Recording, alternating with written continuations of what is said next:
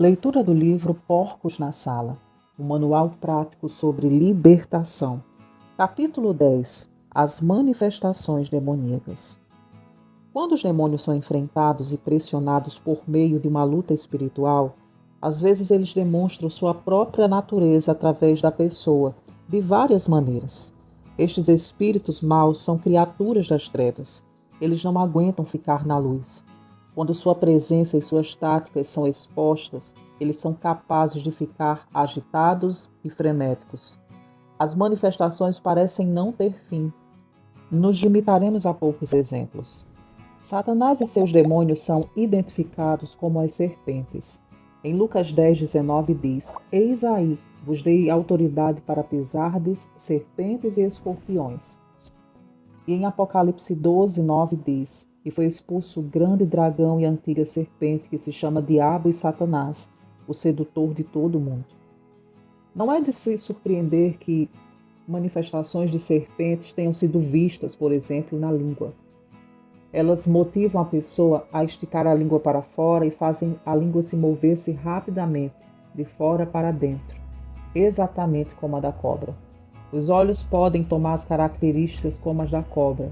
Geralmente, durante a libertação, os olhos da pessoa ficam fechados. Parece que os demônios sabem que os olhos da pessoa revelam a presença deles e de uma maneira mais nítida que qualquer outra. Outra manifestação da serpente é pelo nariz. A pessoa é capaz de chiar pelas narinas. Várias vezes tenho visto a pessoa jogada no chão pelo poder dos espíritos e o corpo retorcer-se como o da serpente. Uma manifestação mais ou menos comum ocorre nas mãos. As mãos podem ficar entorpecidas e dormentes. Às vezes os dedos se esticam e tornam-se rígidos. Os demônios que se manifestam dessa maneira pelas mãos são, em geral, os demônios da luxúria, do suicídio e do homicídio. Outros tipos de espíritos maus, especialmente os associados ao uso errado das mãos, podem se manifestar dessa maneira. É preciso sacudir as mãos vigorosamente para deslocar os espíritos. Os espíritos da artrite muitas vezes se manifestam nas mãos. As mãos se tornam rígidas e os dedos ásperos. Isso pode acontecer nas mãos dos jovens que ainda não têm sinais nenhum de artrite, mas em quem o demônio da artrite já está trabalhando ao longo do tempo. Ao confrontar o demônio da artrite, as mãos podem tomar a aparência de alguém que sofre disso há anos. O demônio pode manifestar-se através de dores e retorcimento do corpo. Muitas dessas enfermidades são abortadas pelo Ministério de Libertação. Quando o discernimento de espíritos descobre as enfermidades e as doenças que não foram ainda manifestadas. Uma manifestação que é muito pavorosa é a do espírito da morte. Tenho encontrado o espírito da morte presente em casos onde pessoas foram arrastadas até o ponto da morte por doenças graves, cirurgias sérias ou tentativa de suicídio.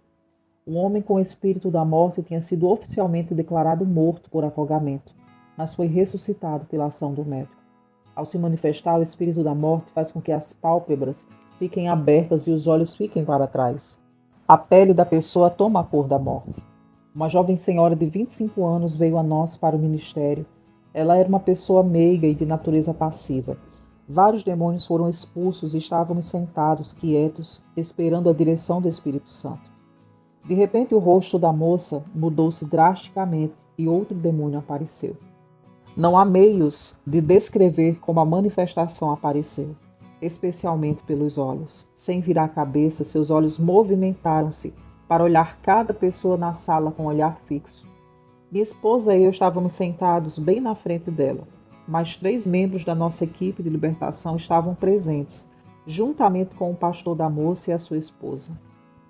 Eu havia observado muitas manifestações demoníacas, mas esta era diferente. Fez-nos sentir como se estivéssemos encarando um animal feroz, a ponto de devorar-nos. No instante, essa manifestação cedeu-se à manifestação do espírito de morte. Felizmente, eu já tinha visto esta manifestação e sabia como agir. Os outros na sala não a conheciam e achavam que a moça tinha falecido mesmo. O demônio saiu e a moça ficou boa. Outra faceta das manifestações demoníacas é a dos cheiros. Lembro-me uma vez em que estávamos ministrando numa casa pastoral. A casa ficou tomada de mau cheiro, parecido o de repolho cozinhando, que para mim é um mau cheiro. Era tão real que alguém foi até a cozinha para verificar se havia algo no fogão. Em outra ocasião, eu estava expulsando um demônio de câncer e ele saiu acompanhado de um cheiro distinto, igual ao que encontramos no hospital de câncer.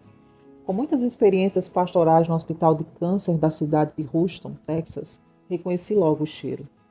Os demônios podem gritar, como lemos em Mateus 8:29, em Lucas 4:41, em Atos 8:7.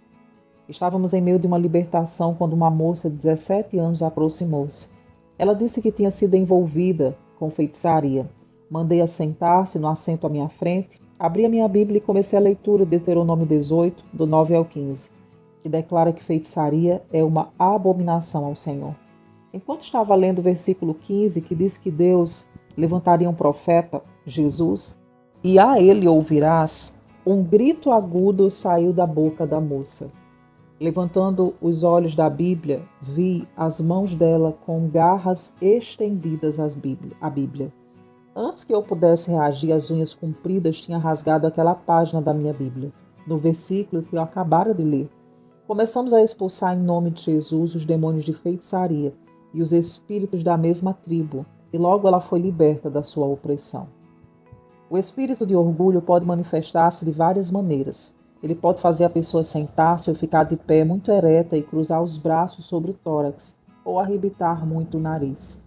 Um jovem pastor disse-me que ele falava demais. Ele não podia resistir a interromper qualquer conversa, fosse ela qual fosse. Ele não podia disciplinar-se e deixar os outros falarem. Sentia que tinha muito mais a dizer de maior importância que outros. Ao espírito foi mandado identificar-se e ele respondeu dizendo sua importância. O homem estava sentado numa cadeira dobrável. O espírito fez com que ele pusesse a cabeça por trás, com seu nariz bem para cima, quase derrubando o homem. O espírito de orgulho ou de importância fará a pessoa pensar de si mesma além do que convém. Os espíritos maus às vezes revelam sua presença e sua natureza por pantomima. Durante uma entrevista antes de eu ministrar, um jovem pastor revelou que tinha uma obsessão por dança e que queria dançar mais do que comer. Quando o demônio da dança carnal foi mandado embora, o homem começou uma pantomima rítmica. O corpo dele começou a balançar-se. Sua mão movimentava-se como se fosse bater palmas e sua boca movia-se como se estivesse cantando, embora não se ouvisse som algum. O demônio disse que ele estava cantando o poder do sangue. O homem pegou um pano molhado que usava no rosto. Os demônios expulsos primeiro tinham saído por vômito e sacudiu o pano em cadência. Finalmente jogou o pano para o teto e, ao cair no chão, o demônio deu uma gargalhada feia. Em outras ocasiões, temos visto espíritos de ritmos e de danças se manifestarem por movimento no corpo, especialmente no movimento dos quadris. Uma moça cujo corpo vibrou com a manifestação do espírito de ritmo revelou depois que ela tinha sido uma dançarina de boate. Ficou provado que este era o espírito que a dominava. O diabo tem uma imitação e perversão para tudo que é bom e certo. Uma manifestação interessante apareceu quando estávamos ministrando a uma mãe que tinha um filho de 12 anos. O filho tinha um braço defeituoso, como resultado de lesão cerebral congênita. O pulso dele era virado e a mão ressequida e sem força. A mãe tinha um espírito de tormento que a aborrecia continuamente por causa da condição de seu filho. O espírito não a deixava em paz e fixava a mente dela no braço defeituoso. Quando este espírito de tormento saiu, ele fez o braço e a mão da mãe assumirem a aparência exata do braço e da mão do filho. A dor é uma manifestação comum. Muitas e muitas vezes, quando pessoas marcam compromisso com antecedência para nossa ministração, depois dizem que sofreram uma grande dor de cabeça, ainda que normalmente nunca sofressem isso. Durante a ministração, com frequência, os demônios provocam dor de cabeça ou dores agudas em várias partes do corpo. Espíritos de nervos e tensão podem causar dores na nuca e nas costas.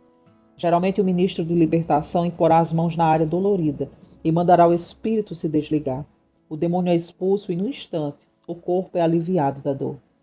Outras manifestações que podem aparecer neste ministério de libertação incluem cãibras nas pernas e braços, náuseas, choros e gargalhadas. A gargalhada é geralmente um espírito de escárnio. O novato nesse ministério poderia pensar que quem está recebendo libertação não está levando a sério, mas a gargalhada não tem nada a ver com os sentimentos da pessoa. Calculo que os demônios falam, em média, de 1 de cada 12 casos em que ministramos. A porcentagem seria maior se os deixássemos falar. Eles não variam muito naquilo que dizem. Eles falam com firmeza que não pretendem sair. Podem dizer que a pessoa quis que eles ficassem e que eles voltarão se forem expulsos. Às vezes eles suplicam para não serem expulsos, querendo provocar pena com relação àquilo que acontecerá com eles. É óbvio que os demônios ficam atormentados ao ouvirem do sangue de Jesus e do destino eterno que tem à frente. Os demônios demonstram medo de seus superiores no exército satânico. Sua conversa tem a finalidade de criar medo no ministro de libertação. Por exemplo, um demônio poderia dizer: sei algo sobre você. Você quer que eu conte tudo aqui na frente dos outros? Mas isto são somente acusações e ameaças. De modo geral, a conversa dos demônios é uma tática para impedir a libertação, ou de adiá-la tanto quanto possível. Quando os demônios são expulsos, normalmente saem pela boca ou pelo nariz. Os espíritos estão associados à respiração. Os hebreus, tanto como os gregos, tinham somente uma palavra para espírito e respiração, que é a palavra grega pneuma. O Espírito Santo também está associado com a respiração. Após a ressurreição, Jesus apareceu aos discípulos e soprou sobre eles e disse-lhes: recebei o Espírito, ou pneuma, o Espírito Santo. Em João 20 e 22 lemos isso. Muitos hinários evangélicos contêm hinos com esse tema. Quando os espíritos maus saem, normalmente esperamos uma manifestação qualquer pela boca ou pelo nariz. Sem dúvida, a manifestação mais comum é tossir. A tosse pode ser seca, mas em geral é acompanhada de catarro. O catarro pode ser em grande quantidade. Material semelhante para aparecer na forma de vômito, baba, cuspe ou espuma. As pessoas que recebem esse ministério de libertação, logo depois de uma refeição, ainda que grande, vomitam grande quantidade de muco, sem qualquer traço de comida. É raro termos visto comida vomitada do estômago. De vez em quando, uma pequena quantidade de sangue aparece. Não é fora do comum que este material saia de uma pessoa durante 1 hora ou mais. Outras manifestações pela boca incluem choro, grito, suspiro, arroto e bocejo. O ar talvez sairá pelo nariz ou a pessoa assoará o nariz continuamente, como se estivesse com sinusite. Essas manifestações podem variar em sua intensidade. Pode ser muito calmas ou até muito dramáticas. O grau de manifestação não indica a eficácia da libertação. As pessoas cujos demônios saem por bocejo ou suspiro são também libertas, tanto quanto as que são libertas com manifestações violentas. Glória a Deus. Chegamos ao final, queridos, de mais um capítulo desse livro tão enriquecedor, esse estudo maravilhoso sobre libertação. Se você tem sido edificado através da leitura desse conteúdo, deixa o seu like, compartilha. Nos encontramos no capítulo 11, que fala sobre a libertação individual e em grupo, acontecendo ela em público ou em particular. Fica na paz e até lá.